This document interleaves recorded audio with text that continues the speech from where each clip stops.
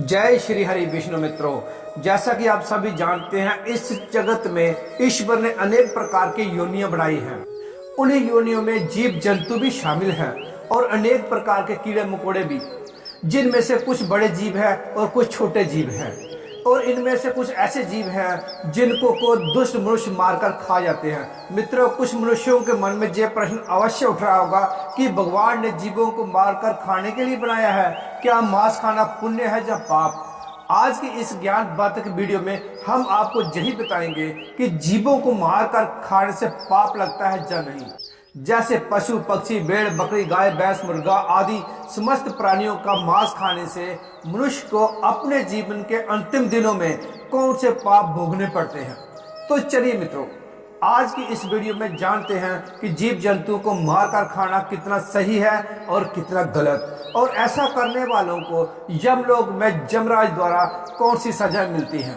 मित्रों, इस कल युग में ऐसे लाखों करोड़ों लोग मिलेंगे जो मांस खाते हैं और मांस खाने को सही मानते हैं और कहते हैं यदि हम इन जीवों को नहीं खाएंगे तो इनकी संख्या बढ़ जाएगी और ये संख्या में मनुष्यों से ज्यादा हो जाएंगे। इसलिए भगवान ने इन जीवों को हमें खाने के लिए ही बनाया है। इनको मारकर खाने से हमें कोई पाप नहीं लगता। और कुछ लोग ऐसे भी हैं जो जीवों को मारकर खाने को पाप मानते हैं और उनका कहना है कि मांस खाने से पाप लगता है और मांस खाने वालों की पूजा आराधना ईश्वर स्वीकार नहीं करता है। उन्हें कुंभी पाप नरक में कठोर से कठोर सजा मिलती है। प्रिय मित्रों, आज मैं आपको बहुत ही सुंदर कथा के माध्यम से बताऊंगा कि मांस खाना मनुष्य के लिए कितना सही है और कितना गलत, और भगवान ने मांस खाने वालों के बारे में क्या बताया है और उन्हें नरक लोक में कौन सी सजा मिलती है। एक बार की बात है, भगवान श्री कृष्ण द्वारके नगरी में अपने सिंहासन पर विराजमान थे। तभी उनके पास देवी सत्यभामा व्याकुल मन से आती है और भगवान श्री कृष्ण से कहती है, हे प्रभु, आज जब मैं द्वारका नगरी में अपनी सखियों के साथ भ्रमण कर रही थी तो मैंने देखा कि कुछ दुष्ट मनुष्य छोटे छोटे असहाय जीवन को मारकर उन्हें अपना भोजन बना रहे हैं। हे प्रभु, ये देखकर मेरे मन में एक प्रश्न उठ रहा है और मैं चाहती हूँ कि आप मेरे प्रश्न का उत्तर दें। भगवान श्री कृष्ण ने कहा, हे देवी सत्यभामा, तुम्हारे मन में कौन सा प्रश्न उठ रहा है, मुझे निश्चित होकर बताओ, मैं अवश्य ही आपके प्रश्न का उत्तर दूंगा। तो देवी सत्यभामा ने कहा, हे प्रभु, क्या छोटे छोटे निर्दयी जीवों को मारकर खाना मनुष्य के लिए पाप है या पुण्य?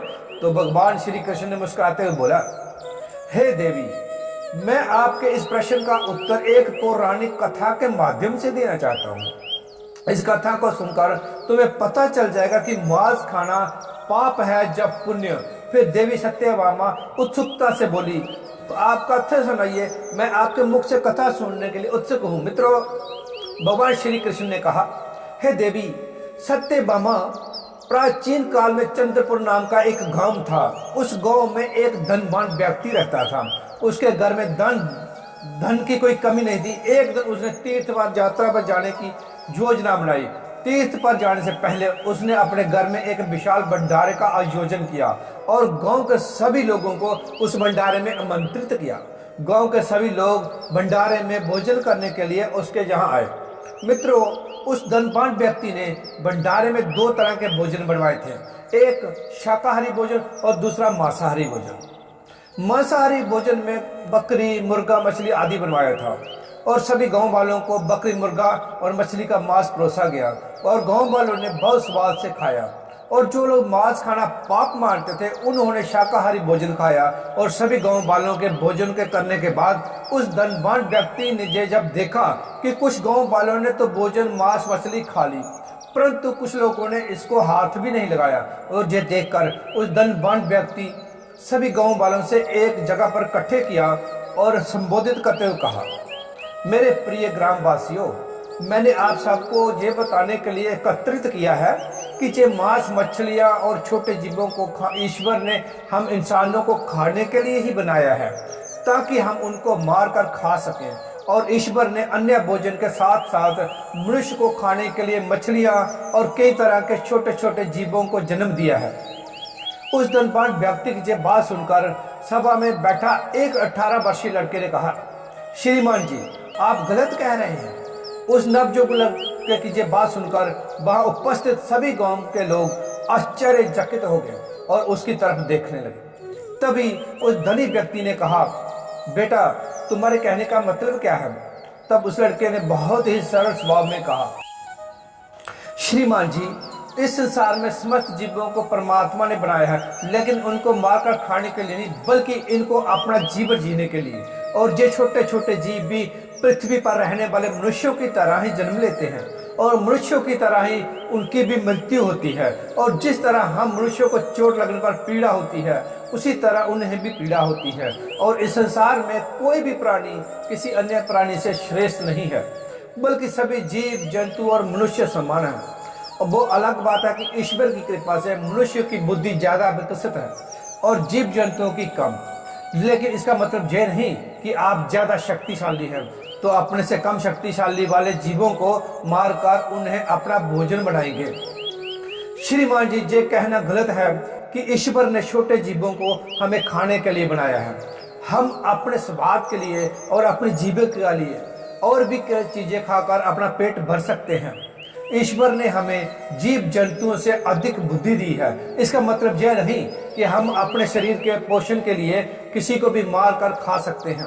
यदि कोई जीव जंतु आपसे कमजोर है, तो इसका मतलब ये नहीं आप उन्हें मार कर खाओगे और भगवान ने उन्हें आपके खाने के लिए बना दिया। अगर आपको छोटे जीवों को मारकर खाने में अच्छा लगता है, तो ठीक उसी प्रकार शेर, चीता और बाघ जैसे बड़े जानवरों को हमारे शरीर का मांस बहुत स्वादिष्ट लगेगा और वे जब चाहे हमें पकड़कर अपना भोजन कर सकते हैं। तो इसका मतलब ये है कदापि नहीं है कि ईश्वर ने हमें शेर, चीता और बाघ के भोजन के लिए बनाया है।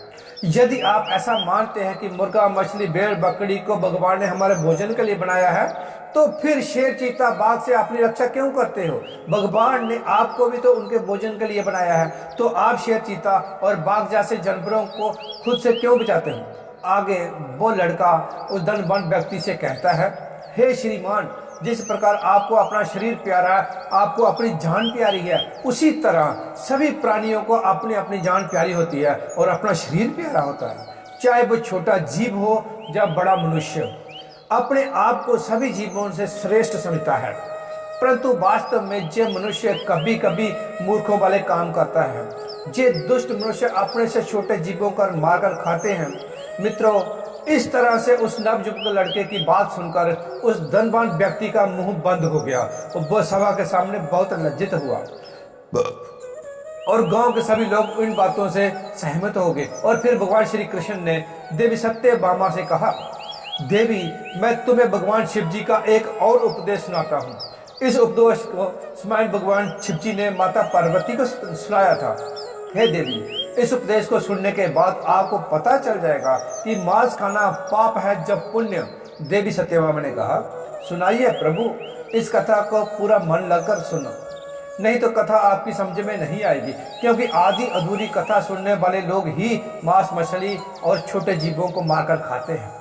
जो कथा को पूरे सुनता है वो जीवन में ऐसा पाप कभी नहीं करता और उसके घर में माता लक्ष्मी जी वास करती हैं। मित्रों, कथा सुनाते वक्त भगवान श्री कृष्ण कहते हैं, हे देवी, एक बार एक सन्यासी महात्मा जंगल में तपस्या कर रहे थे।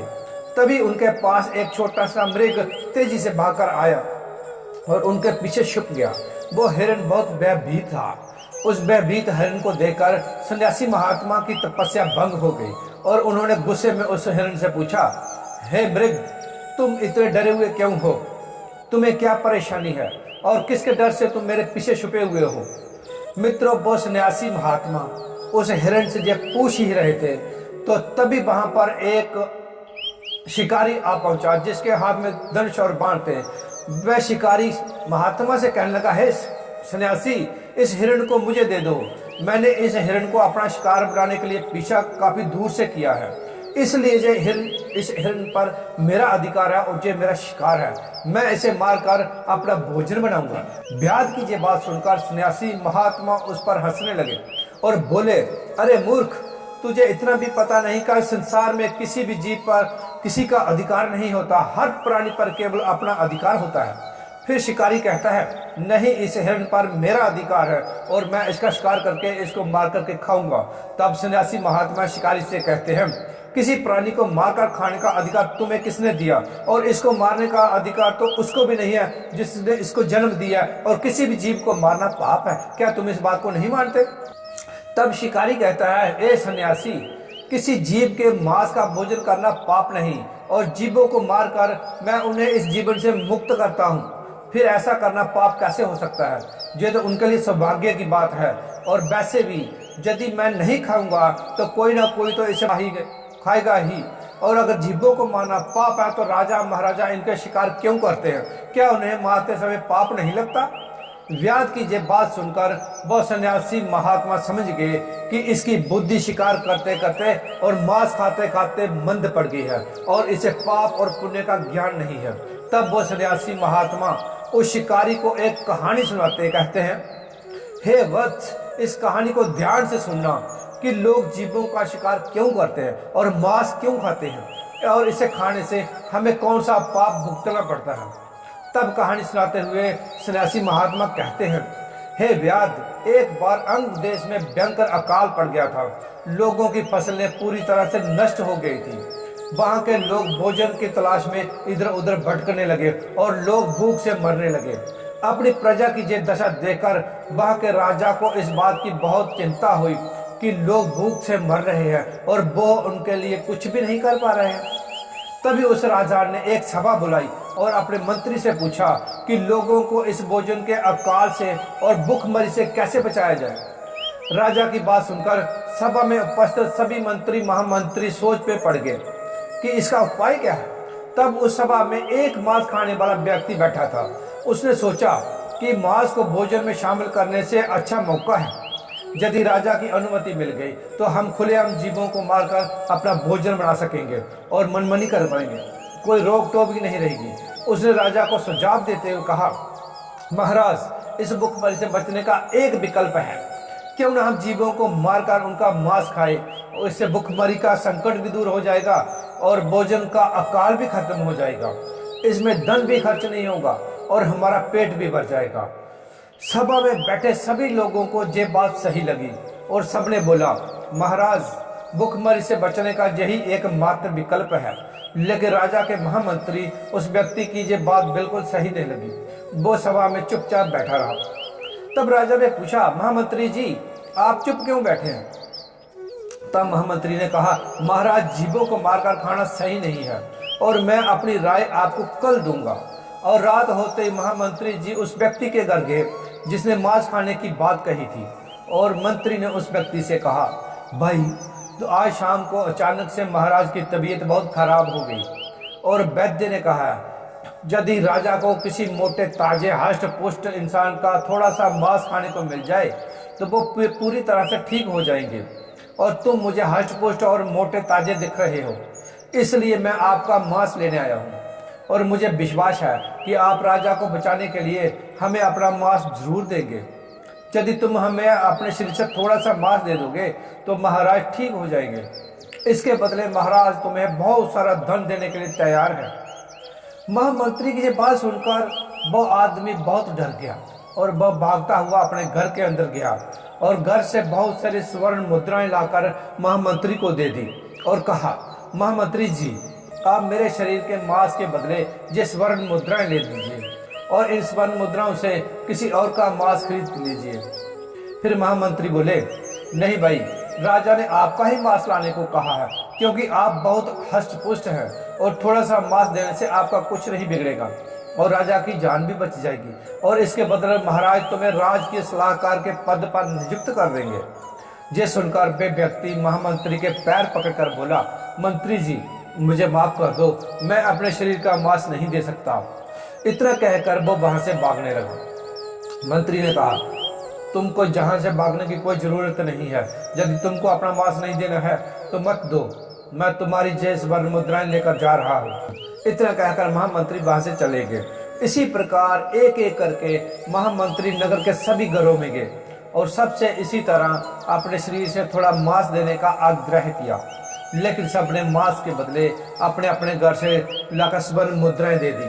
किसी ने 1 लाख तो किसी ने 2 लाख मुद्राएं दी, लेकिन अपने शरीर से थोड़ा भी मांस किसी ने नहीं दिया। फिर महामंत्री उन मुद्राओं को लेकर अपने घर चले गए और अगले दिन सुबह सुबह सारे लोग महाराजा को देखने उसके महल पहुंचे और महामंत्री भी उन मुद्राओं को लेकर राजा के दरबार में उपस्थित हो गए और मुद्राओं को राजा के सामने रख दिया।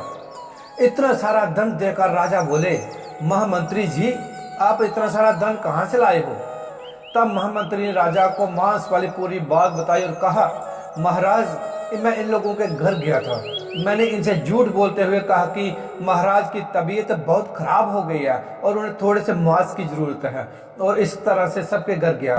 सबने मांस देने से मना कर दिया और सबने इसके बदले में धन और स्वर्ण मुद्राएं दी।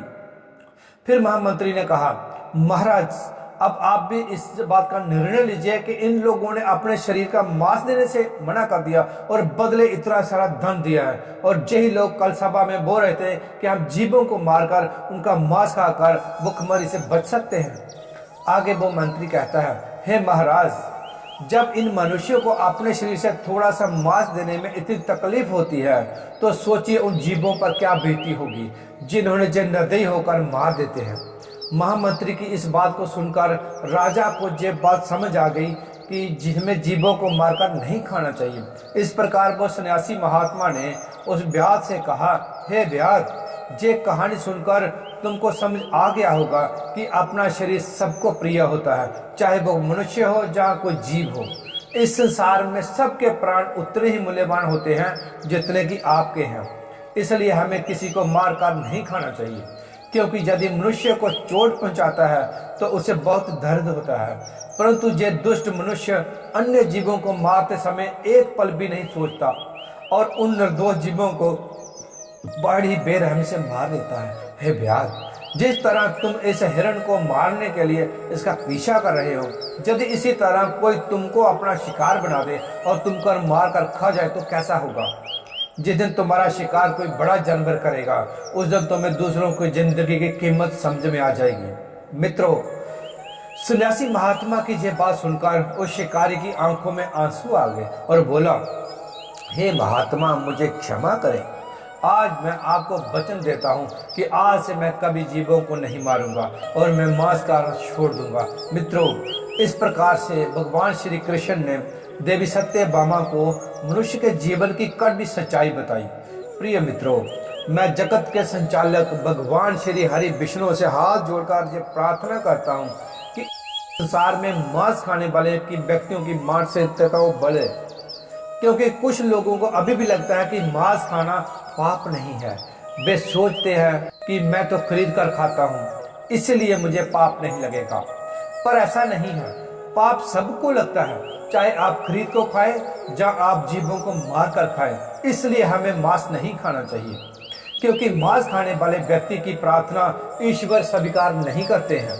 मित्रों, गरुड़ पुराण के अनुसार जो भी मनुष्य जीवों की हत्या करता है उन्हें नरक लोक में कठोर से कठोर सजा दी जाती है।